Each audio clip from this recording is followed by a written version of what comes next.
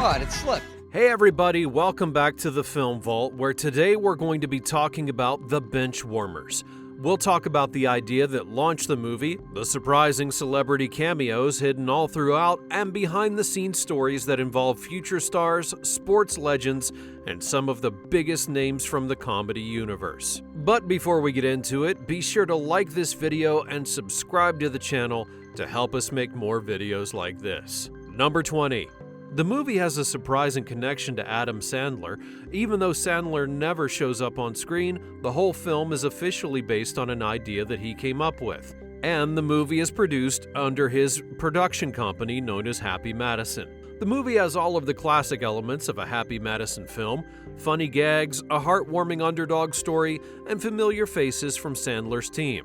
But Sandler decided to stay behind the scenes for this one. Instead of acting in it, he gave lead roles to actors that he had often worked with, making Benchwarmers more of a producer project than a regular Sandler movie. He came up with the idea, but stepped back to allow others to shine. Nice meeting you, Fairy Jerry. What was that?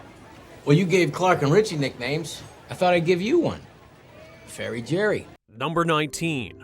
There's a Star Wars gag in the film where Darth Vader's voice makes an appearance, and shockingly, they actually got James Earl Jones himself, the original voice of Darth Vader since the 1977 Star Wars, to reprise his iconic role. It's hard to believe a low-budget Happy Madison movie managed to pull in one of the most legendary voices in the industry for such a small and funny moment. Even more surprising is how easy it is to miss.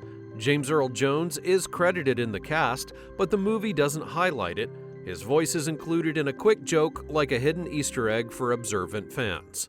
Who goes there? Oh, that is so cool! Hey, it's Gus, Clark, and Richie. We're here to see Mel. You may enter. Thanks, Darth! Thanks, Darth! Number 18. Director Dennis Dugan is no stranger to the world of Adam Sandler comedies. By the time he had directed The Benchwarmers, he already became Sandler's go-to filmmaker, creating some of the most iconic comedies like Happy Gilmore and Big Daddy. Dugan went on to direct more hits like Grown Ups and Just Go With It, but what makes his approach unique is how often he steps in front of the camera himself. And in Benchwarmers, he takes on the role of tough Little League coach Bellows. Dennis Dugan loves hiding in his own movies, often giving himself small roles. You'd never know when he's going to show up. Sometimes he's a strict coach or another minor character, and these cameos feel like a wink to the audience, adding a playful touch that makes his work uniquely entertaining.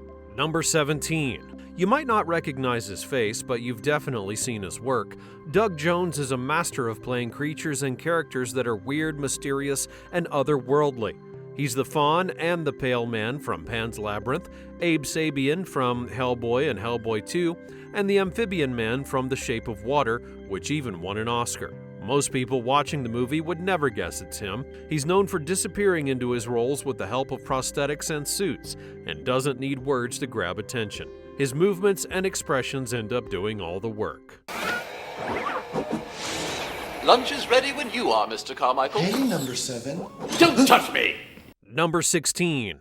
The spotlight hit John Heder after Napoleon Dynamite made him a massive geek icon. 2 years later, he took on the role of Clark, the awkward paper-delivering man-child in the trio. But Clark was not too much different from Napoleon. He was still that same quirky character, he only had a touch of sweetness to him this time. Back in 2006, he was everywhere, appearing in other big movies like Monster House and School for Scoundrels, and the cast was thrilled to have him join the team. Fresh off of Napoleon Dynamite, he was one of the hottest young comedy stars around, and kids absolutely adored him. That kind of star power was hard to ignore, and his presence brought an exciting energy to the mix. I told Gus we'd be there, Richie. And if we don't go, that makes me a liar. And that's not what I'm about. Not now, not ever! Number 15. You may not know his name from movies, but he's a legend in rock music. Waddy Wachtel has worked with some of the biggest names in the business. He's played guitar with Keith Richards in a group called the Expensive Winos. He was also the musical director and lead guitarist for Stevie Nicks. Alongside it all, he's recorded with Linda Ronstadt, Warren Zevon, and even the Rolling Stones. Given the job of creating music for a funny baseball movie to a rock legend like him seems like a surprising choice, but that's what makes Happy Madison Productions different. They love to bring in their talented friends and music world veterans to keep things fresh. Number 14. Patrick Schwarzenegger, the son of Arnold Schwarzenegger, had one of his earliest roles in the Benchwarmers. At age 11, he appeared as a jock kid during one of the game scenes. Born in September of '93, he was just a kid when he stepped in front of the camera for this small but memorable role. Years later, he went on to build an impressive career in Hollywood, honing his skills through projects like The Staircase and American Sports Story. His breakout moment came in 2025 when he starred in the third season of White Lotus. My first job ever was Benchwarmers, which was a comedy with David Spade and John Heder and stuff. I had a one-day role. I was a little kid. Number 13. In the early 90s, Rob Schneider and David Spade were both part of the iconic Saturday Night Live cast. Spade had once revealed that there was real tension between the two, mainly because Schneider's early success created jealousy. Years later, they found themselves reunited for the movie Benchwarmers. It brought the two comedians with a complicated past back together, and it wasn't by choice. Schneider admitted that because Sandler came up with the idea for the film and wrote it, they had no choice but to work together. Surprisingly, the collaboration turned out better than anyone expected. Critics who were tough on the film couldn't ignore Schneider's performance. Known for playing smaller roles in Sandler's films, he took on one of his rare leading roles in Benchwarmers and became the standout. Number 12. Long before he became a rising star himself, Ray Nicholson made a memorable appearance in the Benchwarmers. Ray is the son of legendary actor Jack Nicholson, and he played kid catcher number 1 during one of the games. Born in February of '92, he was about 13 years old when the movie was made, and for fans who look him up, IMDb still lists the Benchwarmers as one of his notable credits. Fast forward to today, and he's making a name for himself in Hollywood with his intense performances. He gave people chills in his role in Smile 2, and then landed the lead role in Novocaine, where his acting continued to draw comparisons to his father's famous intensity. Grocery! I caught it. You're out. But I ticked it. It hit the bat. You're still out. You're still fat. Number 11. The stadium for the final game is a unique creation built by combining elements from 4 iconic ballparks. It features the wedding cake trim of the old Yankee Stadium alongside Wrigley Field's brick and ivy outfield walls. Adding to that mixture, the towering green monster from Fenway Park stands tall, while a right field swimming pool inspired by Chase Field completes the design. This one-of-a-kind creation was built for the climactic kids versus adults comedy finale, and it's hard to believe that such a place could even exist in real life. Filmmakers went all out on the design, creating a perfect stadium for such an epic showdown. Number 10. John Farley, the youngest brother of legendary comedian Chris Farley, plays the swimmer boy. He pops up in a hilarious role, adding a quirky touch to the film that's hard to miss. But why does he keep appearing? John Farley has been part of Adam Sandler's comedy circle for years, thanks to his late brother's Saturday Night Live connections. He's shown up in small but funny roles in movies like The Waterboy, You Don't Mess with the Zohan, and more. The Speedo gag in The Benchwarmers is one of his memorable recurring bits that ties him to the world of classic comedy. Relax, smarty pants. Let's finish the massage. Number 9. The screenplay for the movie was written by Alan Covert and Nick Swardson, but there's more to them than just being writers. Swardson also plays Howie in the film, the quirky brother who fears sunlight and hides in a closet. This unusual character adds the humor and keeps things weird in just the right way. That same year, in 2006, they worked together on another comedy called Grandma's Boy. That film did not get a lot of attention at first, but like The Benchwarmers, it grew a big following later. 2 comedies written by the same team hit theaters only months apart and became cult classics over time, which is not something you hear about every day. Outside bad. The sun's scary. He's not my friend. He wants to hurt me. Safer. I know, sun bad, you cuckoo. Number 8. Even though Adam Sandler doesn't show up, his family does. His wife Jackie plays a customer at the video store, the one that argues with Richie about the store's lesbian-themed movies. She's not the only member of the family on screen. Adam's younger family members make appearances too. Jared, his nephew, is credited as the autograph kid in the film. It is easy to miss these little cameos, but they reveal something unique about the Benchwarmers. It leaves the movie feeling like a project created with Adam Sandler's close-knit circle of friends and family. Excuse me. Yeah. I rented this movie on your recommendation, and it's nothing but a lame story with a lot of lesbian sex scenes. And you didn't like it? Number 7. Even though The Benchwarmers is full of baseball scenes, it may surprise you that it was not filmed in a huge stadium. Much of it was shot in Agora Hills, California. Chumash Park played the role of the baseball fields you see in the movie.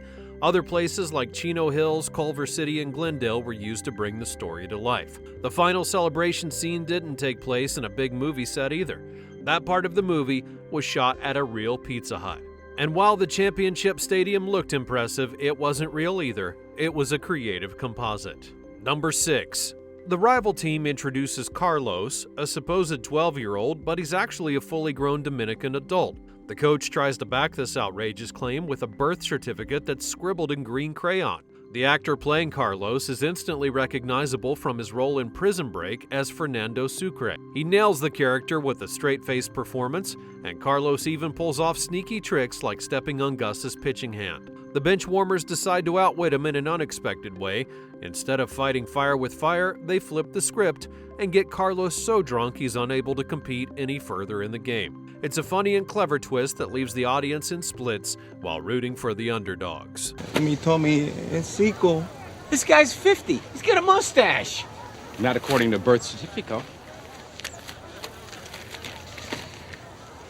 Number 5. Hall of Famer Reggie Jackson, infamously known as Mr. October, steps in to help the team for their big game, and the cameo brings real baseball credibility to the story, leaving fans cheering for more.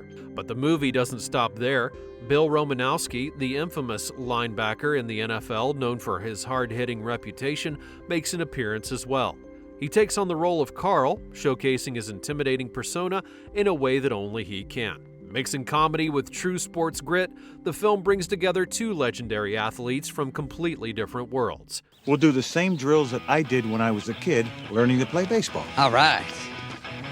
Hey, so whose house is this? Shh. This is to teach you speed. I was standing here gonna teach you speed. What are you doing? Number 4.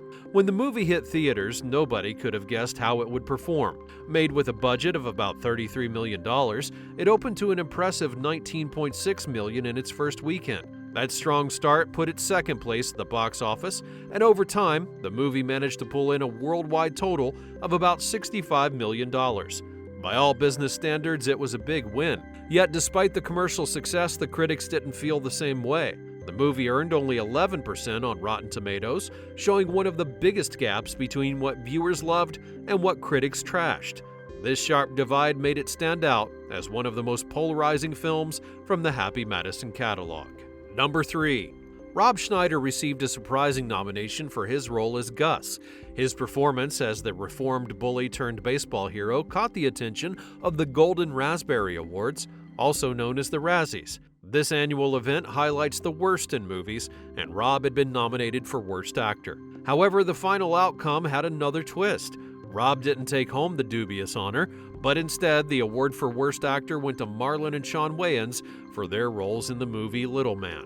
While Rob's performance was not spared from criticism, the Razzies decided this baseball hero was not the worst of the year. Number 2. For most of the film, it feels like a light, kid-friendly comedy with goofy moments and silly jokes, but out of nowhere there's a shocking twist. It turns out that Gus, the nerdy baseball hero everyone looks up to, has a much darker past. He wasn't always the kind-hearted guy that you see on screen. As a kid, he was a bully who targeted another boy named Marcus. Gus's bullying was so cruel that it left Marcus deeply scarred, even leading him to being sent to an institution.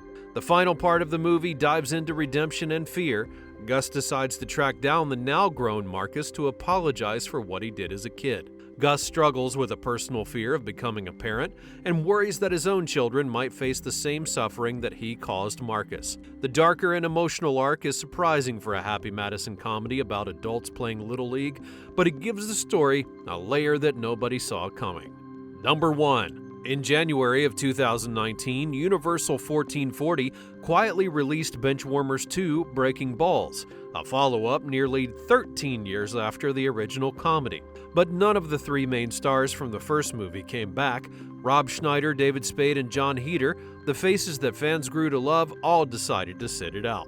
Their absence left the sequel without the charm and chemistry of the original trio. It was a strange move for a movie tied so closely to its memorable cast. The only familiar face was John Lovitz, who returned as Mel, the quirky billionaire.